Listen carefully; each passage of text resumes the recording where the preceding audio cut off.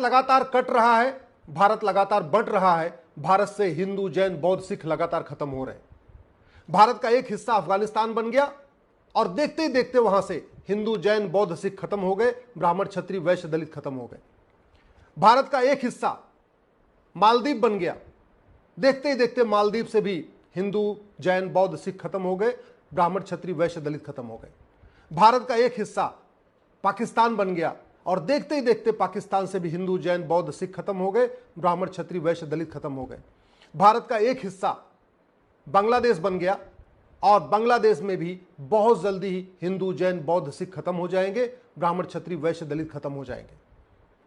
भारत का एक हिस्सा नेपाल बना, नेपाल में भी पूरी कोशिश की जा रही है वहां की डेमोग्राफी बदलने की।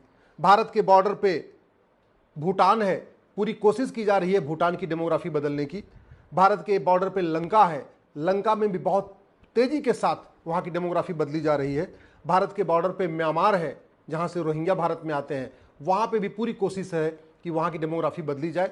और भारत के बारे में तो मैं कई बार कह चुका हूं, 9 राज्यों से हिंदू खत्म हो चुके हैं, 800 जिलों में से 200 जिलों में हिंदू खत्म हो चुके हैं, 6000 तहसीलों में से 1500 तहसीलों में खत्म हो चुके हैं। भारत के बॉर्डर पे 300 तहसीलें हैं, उन 300 की 300 तहसीलों की डेमोग्राफी बदल चुकी है। तो भारत के बॉर्डर पे कुल 9 देश हुए। अफगानिस्तान, हिंदू, जैन, बौद्ध, सिख खत्म। पाकिस्तान, हिंदू, जैन, बौद्ध, सिख खत्म। मालदीव, हिंदू, जैन, बौद्ध, सिख खत्म। बांग्लादेश, हिंदू, जैन, बौद्ध, सिख खत्म। नेपाल, नेक्स्ट टारगेट है नेपाल, लंका, म्यांमार, भूटान। चाइना भी भारत के बॉर्डर पे है, लेकिन चाइना में किसी की दाल नहीं गल रही है। तो वास्तव में अगर भारत को बचाना है, नेपाल को बचाना है, म्यांमार को बचाना है, भूटान को बचाना है, श्रीलंका को बचाना है, तो हमें चाइना से सीखना पड़ेगा, चीन के रास्ते पे चलना पड़ेगा। क्योंकि चीन ने ही नकेल कसी है, इसलिए चीन में बौद्ध बचे हुए हैं। चीन के जो लोग अपने वहाँ का ट्रेडिशनल रिलीजन है, जो वहाँ की पुरानी जो परंपरा है, वो सब बची हुई है। बाकी आपको मैंने बता दिया, अफगानिस्तान, पाकिस्तान, बांग्लादेश, मालदीव खत्म, भारत के अंदर भी खत्म, नेपाल में भी शुरू हो चुका है। डेमोग्राफी बदलने के लिए जो सबसे पहला तरीका अपनाया जाता है, अवैध रूप से घुसपैठ की जाती है मानवता के आधार पे कि हमको शरण दे दीजिए। और यह घुसपैठ भारत में भी हो रही है, म्यांमार में भी हो रही है, श्रीलंका में भी हो रही है, नेपाल में भी हो रही है, भूटान में भी हो रही है।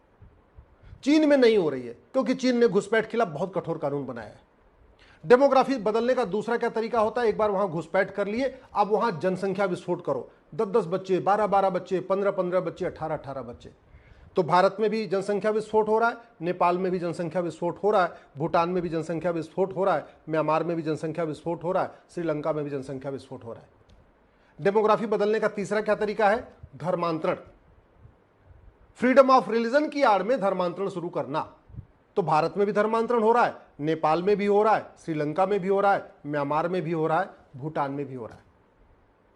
और विस्तार का सबसे बढ़िया तरीका है कि उस देश के यंग जनरेशन को बर्बाद कर दीजिए, उस देश को, युवा पीढ़ी को बर्बाद कर दीजिए, उसको कामुक बना दीजिए, उसको अश्लीलता में ढकेल दीजिए, उसको नशेड़ी बना दीजिए।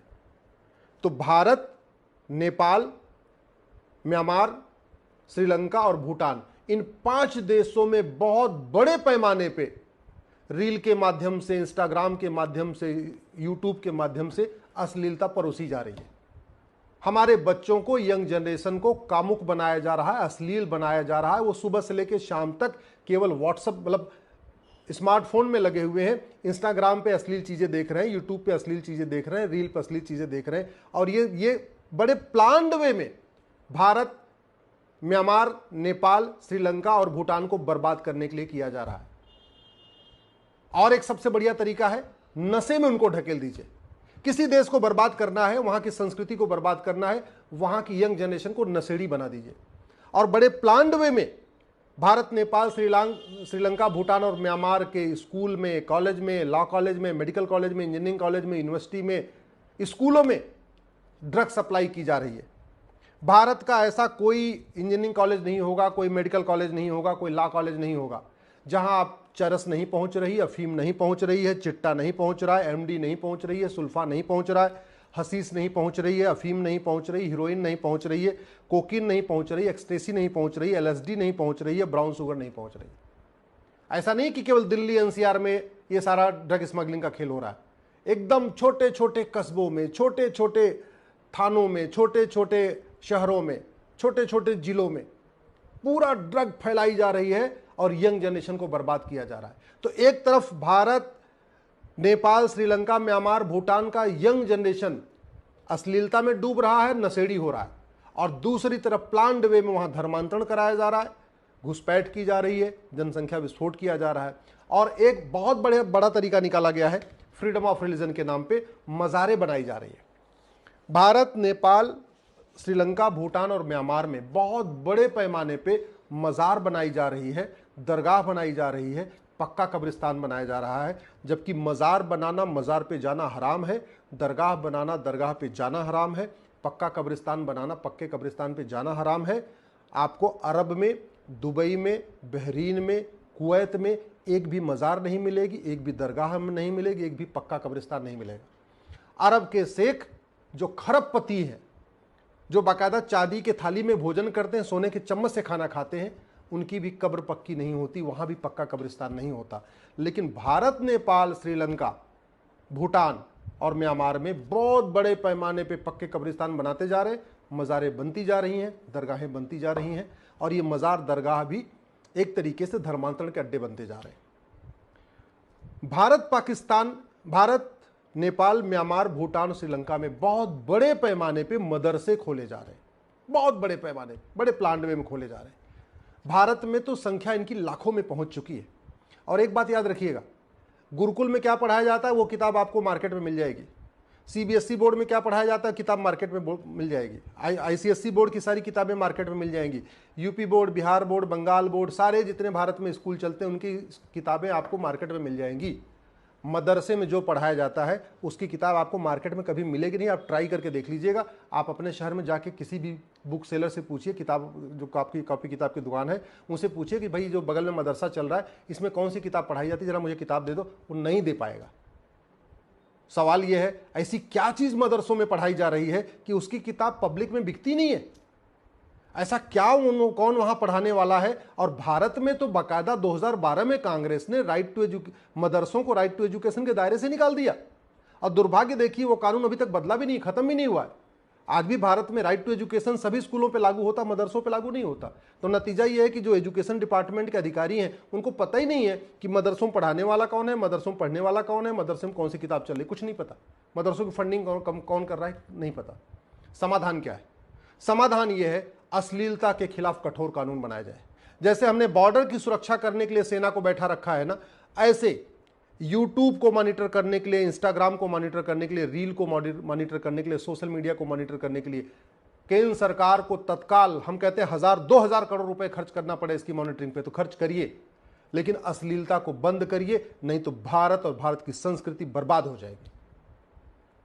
दूसरा, नशे के खिलाफ कठोर कानून। आप नशा तस्करी को देशद्रोह घोषित करिए, नशा तस्करी को राष्ट्र की सुरक्षा के लिए खतरा घोषित करिए, नशा तस्करी को वेजिंग वॉर डिक्लेयर करिए, नशा तस्करी को ऑर्गेनाइज क्राइम डिक्लेयर करिए, नशा तस्करों और उनके मददगारों के खिलाफ एनएसए लगाइए, यूएपीए लगाइए, वेजिंग वॉर की धारा लगाइए, देशद्रोह की धारा लगाइए और गैंगस्टर एक्ट लगाइए। अगर आप भारत को बचाना चाहते हैं, भारत की संस्कृति को बचाना चाहते हैं, तो नशा तस्करों की 100% संपत्ति जब्त करिए, नशा तस्करों उनके मददगारों की नागरिकता खत्म करिए, नशा तस्करों उनके मददगारों को आजीवन कारावास और फांसी देने के लिए तत्काल कानून बनाइए। ये केवल भारत में जरूरी नहीं है, वास्तव में नेपाल, श्रीलंका, म्यांमार, भूटान और भारत, इन 5 देशों की सरकारों को तत्काल नशा तस्करी के खिलाफ कठोर कानून बनना चाहिए। यदि आप अपने देश को बचाना चाहते हैं तो तत्काल घुसपैठ के खिलाफ कठोर कानून बनाइए, घुसपैठियों और उनके मददगारों के खिलाफ एनएसए लगाइए, यूएपीए लगाइए, देशद्रोह की धारा लगाइए, वेजिंग वॉर की धारा लगाइए, गैंगस्टर एक्ट लगाइए, घुसपैठियों और उनके मददगारों की 100% संपत्ति जब्त करने, नागरिकता खत्म करने, आजीवन कारावास फांसी देने के लिए कानून बनाइए। ये कानून भारत में ही नहीं बनना चाहिए बल्कि नेपाल, श्रीलंका, म्यांमार, भूटान में भी इसकी जरूरत है। अगर आप भारत को बचाना चाहते हैं तो तत्काल धर्मांतरण को देशद्रोह घोषित करिए। धर्मांतरण कराने वाले मिशनरियों, जिहादियों और उनके मददगारों पे एनएसए लगाइए, यूएपीए लगाइए, वेजिंग वॉर की धारा लगाइए, देशद्रोह की धारा लगाइए, गैंगस्टर एक्ट लगाइए। अगर आप भारत को बचाना चाहते हैं, भारत की संस्कृति को बचाना चाहते हैं, तो धर्मांतरण कराने वाले मिशनरियों, जिहादियों और उनके मददगारों की 100% संपत्ति जब्त करिए, उनकी सिटीजनशिप खत्म करिए, नागरिकता खत्म करिए, आजीवन कारावास, फांसी देने के लिए कानून बनाइए। सबसे इंपॉर्टेंट, ये सब तभी सफल हो पाएगा, कानून बनने से पर्याप्त नहीं होगा जब तक कि देश में जस्टिस विद इन लागू नहीं होगा। 1 साल के अंदर मुकदमों का फैसला हो, यह सुनिश्चित करना पड़ेगा। इसलिए narco polygraph brain mapping mandatory करना पड़ेगा। जब तक नार्को पॉलीग्राफ ब्रेन मैपिंग कानून नहीं बनेगा, तब तक पूरी सच्चाई सामने नहीं आएगी। आप किसी भी जमाती को पकड़ लीजिए, किसी भी मिशनरी को पकड़ लीजिए, उसका नार्को पॉलीग्राफ ब्रेन मैपिंग करेंगे, तब उसका पूरा अल्टीमेट पर्पस समझ में आएगा, पूरा उसका सिंडिकेट समझ में आएगा, किससे किससे जुड़ा है वो समझ में आएगा, कौन कौन फंडिंग कर रहा है वो समझ में आएगा। अगर आप भारत और भारतीय संस्कृति को बचाना चाहते हैं तो विदेशी चंदा के खिलाफ कठोर कानून बनाइए। कांग्रेस ने जो 2010 में FCRA बनाया था उसको खत्म करिए। आप भारत और भारत की संस्कृति को बचाना चाहते हैं, मैं कह रहा हूं आप मुगलिया स्कूलों को बंद कर दीजिए, अंग्रेजी कॉन्वेंट स्कूलों को बंद कर दीजिए। 1 नेशन 1 एजुकेशन बोर्ड बनाइए, 1 नेशन 1 सिलेबस लागू करिए, 1 नेशन 1 करिकुलम लागू करिए। 10वीं तक सभी बच्चों की किताब एक होनी चाहिए। अपनी अपनी मातृभाषा में पढ़ें, गुजरात वाला गुजराती में पढ़े, महाराष्ट्र वाला मराठी में पढ़े, सिलेबस करिकुलम एक होना चाहिए 10वीं तक, यानी 16 साल तक। आप भारत और भारत की संस्कृति को बचाना चाहते हैं, रिलीजन के आधार पर जितने कानून हैं सबको खत्म करिए, रिलीजन के आधार पर जितनी योजनाएं इनको खत्म करिए। समान नागरिक संहिता लागू करिए, समान धर्मस्थल संहिता लागू करिए, समान दान संहिता लागू करिए, समान संपत्ति संहिता लागू करिए। रिलीजन के आधार पर जितने कानून बने हैं, चाहे वक्फ बोर्ड हो, चाहे माइनॉरिटी कमीशन एक्ट है, चाहे माइनॉरिटी अफेयर मिनिस्ट्री है, चाहे माइनॉरिटी के नाम पे योजनाएं चल रही, रिलीजन के आधार पे जितनी योजनाएं खत्म करिए, जितना बजट है उसको बंद करिए, जितने रिलीजन के आधार पे स्कूल खुले उनको बंद करिए। समान शिक्षा, समान नागरिक संहिता, घुसपैठ नियंत्रण, धर्मांतरण नियंत्रण, अश्लीलता नियंत्रण, विदेशी चंदा नियंत्रण के खिलाफ कठोर कानून बनाइए। नहीं तो न भारत बचेगा, न नेपाल बचेगा, न भूटान बचेगा, न श्रीलंका बचेगा, न म्यांमार बचेगा। जैसे देखते ही देखते अफगानिस्तान में हिंदू जैन बौद्ध सिख खत्म हो गए, जैसे देखते देखते पाकिस्तान में हिंदू जैन बौद्ध सिख खत्म हो गए, जैसे देखते ही देखते मालदीव में हिंदू जैन बौद्ध सिख खत्म हो गए, जैसे देखते देखते बांग्लादेश में भी हिंदू जैन बौद्ध सिख खत्म हो रहे हैं, वैसे ही देखते देखते भारत से भी हिंदू जैन बौद्ध सिख खत्म हो जाएंगे, म्यांमार से भी हिंदू जैन बौद्ध सिख खत्म हो जाएंगे, लंका से भी हिंदू जैन बौद्ध सिख खत्म हो जाएंगे, भूटान से भी हिंदू जैन बौद्ध सिख खत्म हो जाएंगे, और आपके नेपाल से भी हिंदू जैन बौद्ध सिख खत्म हो जाएंगे। कठोर कानून ही इसका अस्थायी समाधान है। भय बिन होय न प्रीत, सठे साठ्यम समाचरित। कानून कठोर हो, साल भर के अंदर सजा मिले, ऐसी सजा मिले कि लोगों के रूह कांप जाए, तब भारत बचेगा, तब नेपाल बचेगा, तब आपका श्रीलंका बचेगा, तब भूटान बचेगा, तब म्यांमार बचेगा। नहीं तो मैं कह रहा हूं अगले 25 साल के अंदर, क्योंकि गजवा हिंद का मतलब केवल हिंदुस्तान के ऊपर कब्जा नहीं है, गजवा हिंद का मतलब जहां जहां हिंदू रहते हैं सबको खत्म करना। और हिंदू का मतलब जैन बौद्ध सिख, हिंदू का मतलब केवल हिंदू नहीं होता। भगवान बुद्ध भी को भी वो हिंदू ही मानते हैं, बुद्धिज्म को भी वो हिंदू ही मानते हैं, जैनिज्म को भी वो हिंदू ही मानते हैं, सिखिज्म को भी वो हिंदू ही मानते हैं।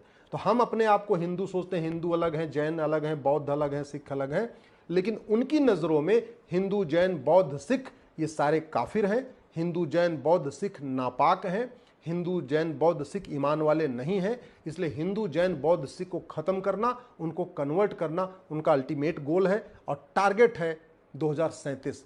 भारत नेपाल 47, भारत नेपाल श्रीलंका भूटान म्यांमार के लिए जो टारगेट है 2047। गजवा हिंद 2047 का मतलब केवल हिंदुस्तान के लिए वो गजवा हिंद नहीं है, बल्कि नेपाल, भूटान, म्यांमार और श्रीलंका के लिए भी 2047 ही टारगेट है।